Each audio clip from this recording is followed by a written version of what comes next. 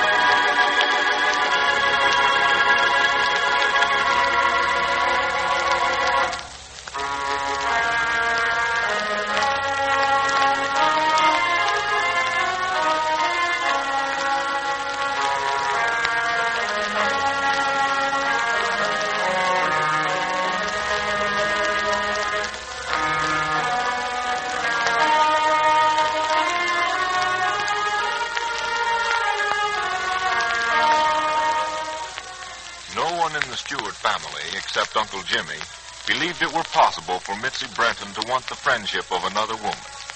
Florence was firmly convinced that the personnel director of her husband's office moved only in a world of men.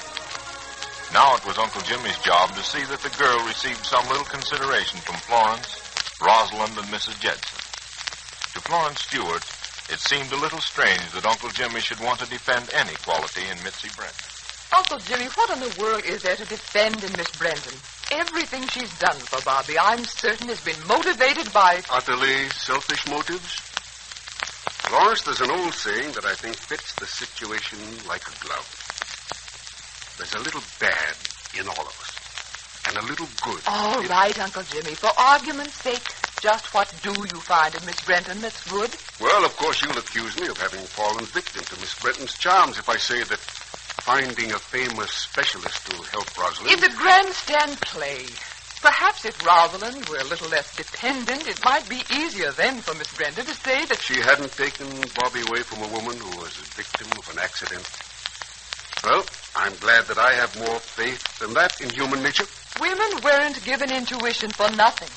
And there is such a thing as being too trustful. You know, when I went to Rosalind and asked her to consider Miss Brenton's offer of the specialist, I didn't expect any encouragement. I'm sure that Rosalind doesn't want to feel any more obligated than I would under the same circumstances. Miss Brenton assured me there would be no sense of obligation. Oh, surely such a kindly sense of helpfulness is... Oh, dear. I'm sorry, Florence. Sometimes it is so difficult to make anyone see with other eyes. I see her as she is. You men see her as you've seen women of that kind all through the years. Yes? Oh, good heavens, come in. You of all people don't have to knock. I heard voices, and I thought maybe you had company. No, Mrs. Jedson. Just the Stewart's #1 star boarder. Rosalind's out, and being all caught up with my own work, why, I thought as how I might just come in here and see what I could do. Now, if that isn't just like you. Did you say Rosalind was out, Mrs. Jedson? Yes. Miss Brenton called and asked her to come downtown and have lunch with her. And Rosalind accepted? Yes.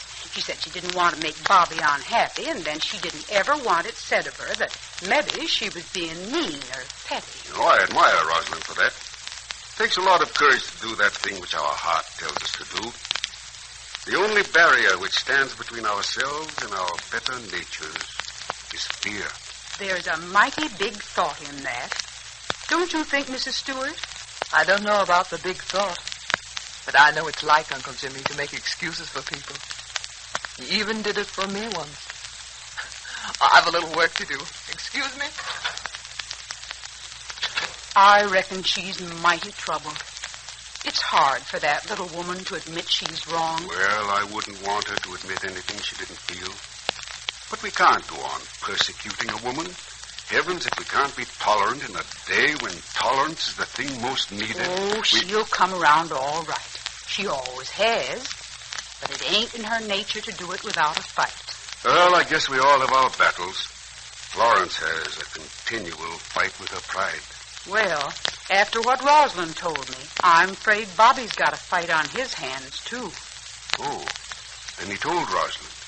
What happened the night they quarreled? He told her this morning. Said it looked like he might have a mighty big tussle with his better nature.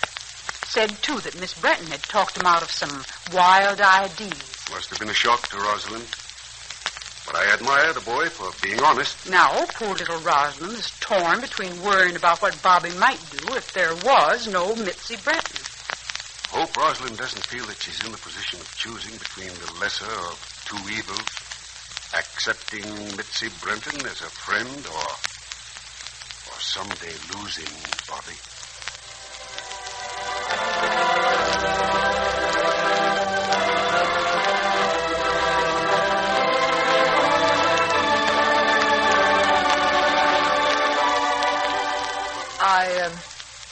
I hear that Rosalind had lunch with Miss Brenton today, Arnold. Oh, is that so? I'm awfully glad. Of course, you didn't know.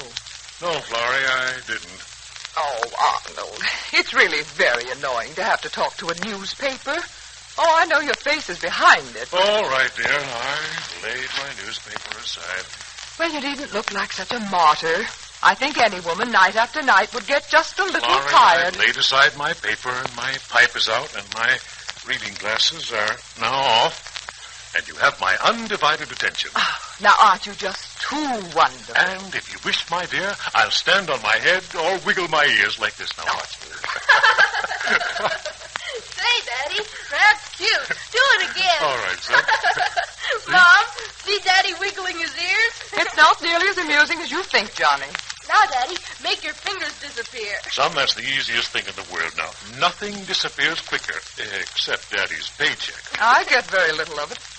Gee, Daddy, you're fun tonight. Say, Mom, when's that big specialist coming to see Sister Rosalind and make her well again? What? Johnny, I don't remember that we discussed this while you were in the room. Brother Bobby told me Miss Brenton was going to take care of everything, just the minute that Mom gave her consent. Oh, is that so? So all the others have given theirs.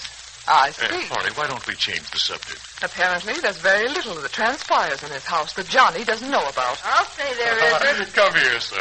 Sure, Daddy. Say, did you know you promised me something the other night? Yeah, what's that? You said if I drank my fruit juice every day, you'd buy me a regular stout jack knife. Florence, if you don't mind, Rosalind would like to see you with Mrs. Jetson. Oh, of course, Uncle Jimmy. I'll be right over. Nothing wrong, I hope. No, everything's just fine, but if you don't mind, Rosalind would like to see you right now. Mom, may I go with you?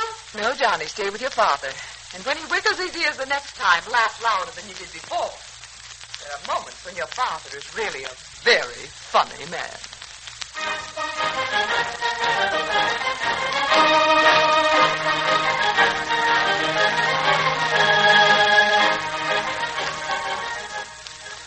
Florence, I thought you should know that Miss Brenton is here. But Rosalind, dear, I don't want to talk to her. Please, for my sake. We had such a good visit today. I feel differently toward her now. Whatever is to happen in the months to come, well, it all may be different as Mitzi is my friend. But Rosalind, dear, we've only known the girl such a short time. One can hardly call her a friend of the family. She doesn't want to be a friend of the family unless she's earned that place. But she does want to go on being helpful. Oh, please let her talk with you.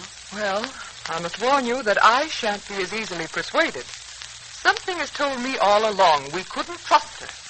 You could be wrong, Florence. I'm convinced now that I was. Oh, all right, dear, I'll do it for you, but Florence, Rosalind, Miss Brenton has only a few moments. Let's go back to the office and work on some report. We're coming, Uncle Jimmy. I wonder what this is to be. An ultimatum or something? Oh, Mrs. Stewart, I won't take but a minute or two. I must get back to the office. Please sit down, all of you. Well, I think the time has passed when we should, any of us, stand on pretense. I don't know that any of us have been pretending, Miss Brenton. Well, what I should have said, Mrs. Stewart, was I think that the time has passed for any of us to stand on formality. That's right, Florence.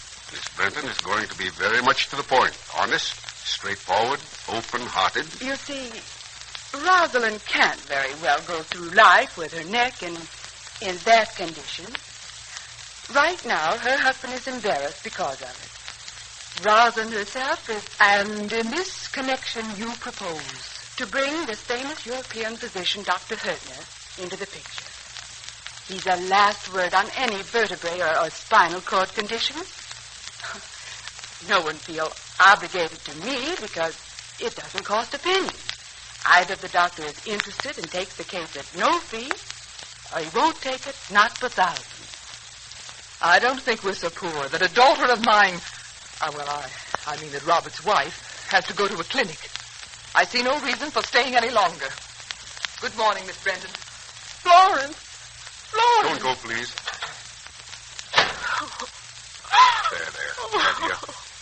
You didn't expect Florence to change her mind in the twinkling of an eye, did you? It's all right, Rosalind. I won't give up. I thought for my sake Florence would say yes. I won't give up. Not alone getting her consent to Dr. Hurtner's seeing Mills, but also making that woman, a proud woman, my friend.